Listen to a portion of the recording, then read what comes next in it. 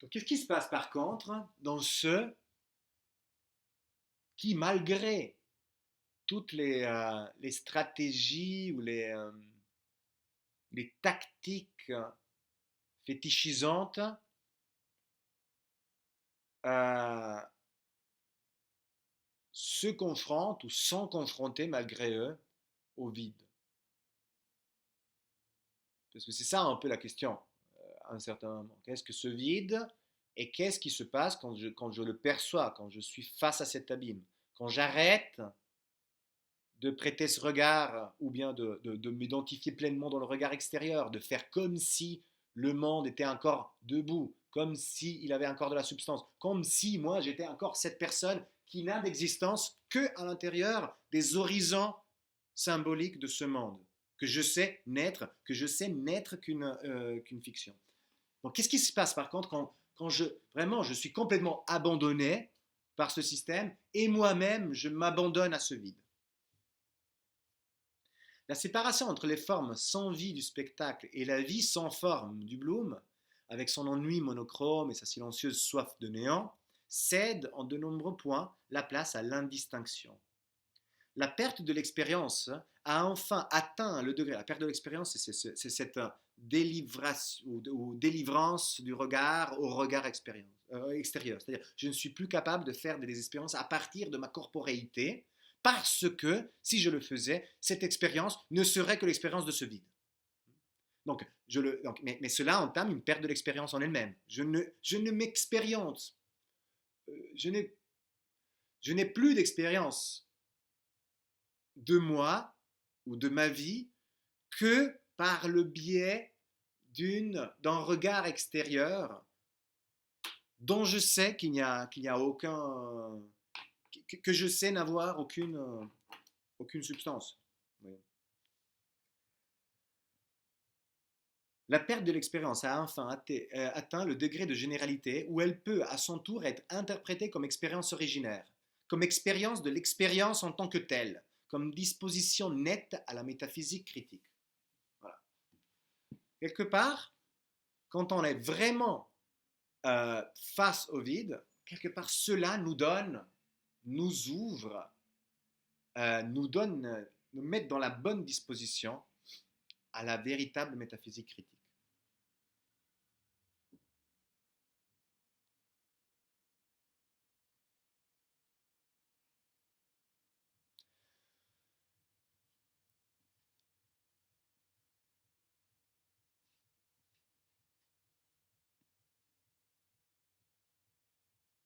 À quel point la perte, page 60, à quel point la perte de l'expérience et la perte de la communauté sont une seule et même chose, vue sous des angles différents, cela est l'enseignement de la métropole. Seule une aliénation radicale du commun a pu faire saillir le commun originaire de telle façon que la solitude, la finitude et l'exposition, c'est-à-dire le seul lien véritable entre les hommes, apparaissent aussi comme le seul lien possible entre eux. Vous voyez ici, il nomme un peu cette prédisposition. Il la nomme de façon problématique, mais il la nomme néanmoins.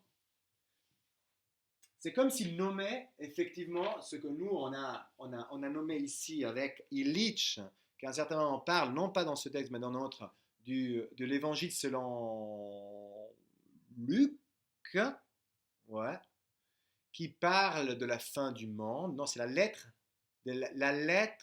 aux Thessaloniciens. Ouais, la deuxième lettre des Thessaloniciens euh, de Luc, où Luc parle de l'Antichrist.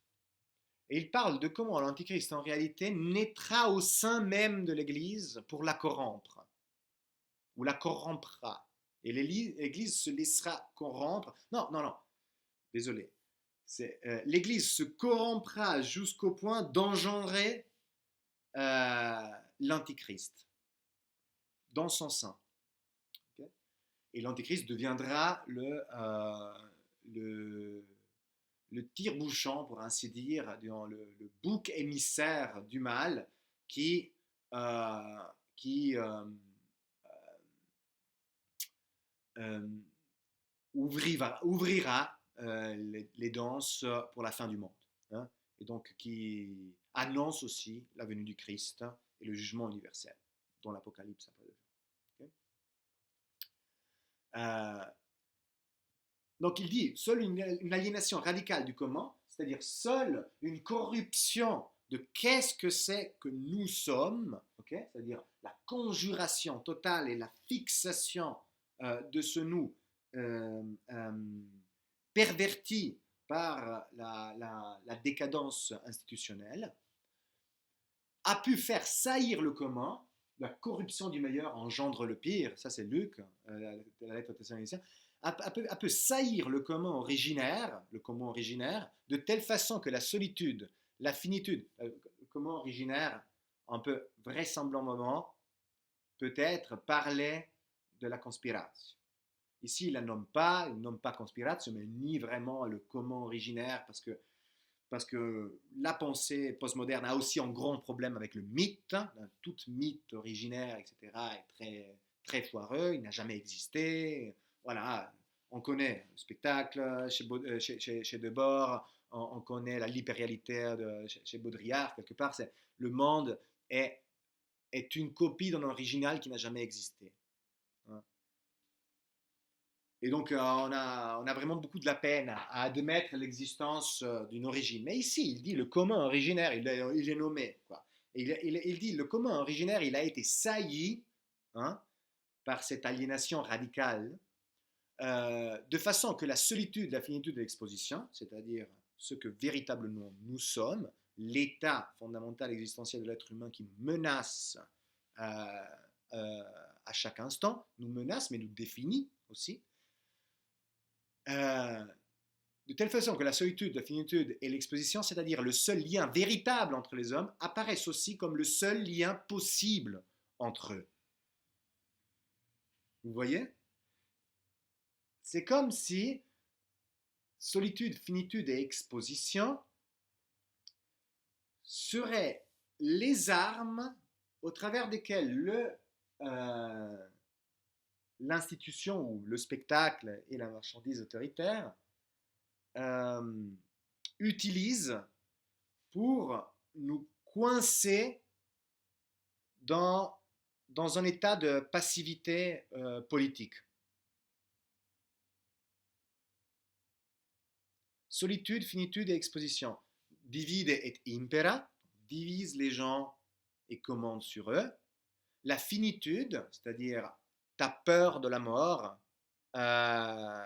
engendre tout un tas de consommation d'identité et d'exploitation de la vie, okay, qui d'ailleurs justifie aussi partiellement le biopouvoir dans certaines de ces tactiques, et l'exposition justement au spectacle, l'exposition à ces modèles et à ces propositions constantes d'identité insubstantielle. Voilà, ça, c'est comme dire contrepartie fétichiste et spectaculaire de ce qu'il y a de plus vrai en nous, ces marques existentielles, ces contreparties fétichistes étaient la seule véritable possibilité de se sentir en lien entre hommes.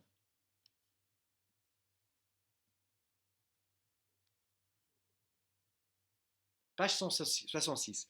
Le sort qui lui est fait au Bloom de devoir s'adapter sans trêve à un environnement et en constant bouleversement est aussi l'apprentissage de son exil en ce monde, auquel il doit pourtant faire mine de participer, faute pour quiconque de pouvoir y participer véritablement.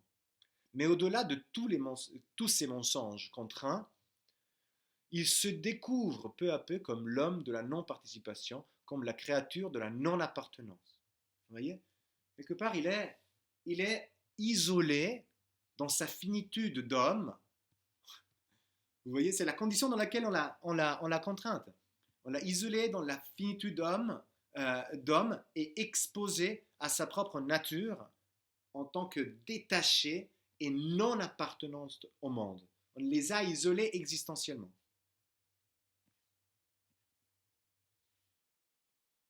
Et là donc, on se demande, mais dans ce scénario, qu'est-ce que...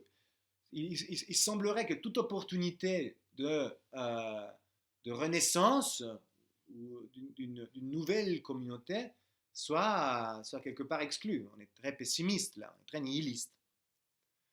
Et donc, comment ce passage devrait advenir? C'est-à-dire un passage entre un espoir, déjà comment un espoir peut se rematérialiser, et comment on peut à nouveau replonger quelle est l'attitude qu'on doit prendre pour pouvoir réouvrir à la possibilité d'un partage en dehors de cet horizon nihiliste. Vous voyez?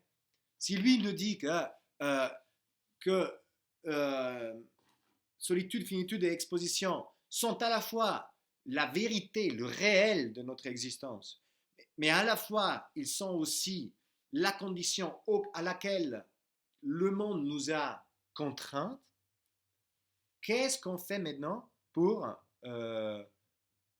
s'en sortir? Devons-nous tout simplement nous déclarer vaincus et mourir, abandonner le monde définitivement, même corporellement, si on ne veut pas jouer à faire comme si, vous voyez, euh, comment on fait? Et donc, lui, il dit, ben, c'est un homme de la non-participation comme la créature de la non-appartenance. Donc, quelque part, la non-appartenance, il se découvre un peu l'homme de la non-participation, l'homme de la non-appartenance. Au moins, il ne fait pas semblant. Il arrête de jouer le jeu. Et il vit, il choisit de vivre et de passer par là. Un peu comme la pénitence ou les 40 jours de, de Jésus dans le désert ou les 40 ans du peuple juif dans le désert. Vous voyez, c'est comme si on accepte de vaguer, de ne pas participer et d'être confronté à ce que nous sommes euh, enfin. Mais le risque, c'est aussi de se perdre là-dedans, de la non-participation, non-appartenance. Et ils le disent aussi dans d'autres passages. C'est-à-dire que tu veux non participer, ne pas appartenir, ben, tu fais la faim. Et la faim, c'est une mauvaise bête. C'est-à-dire que l'acharnement thérapeutique, hein, il peut devenir très, très violent.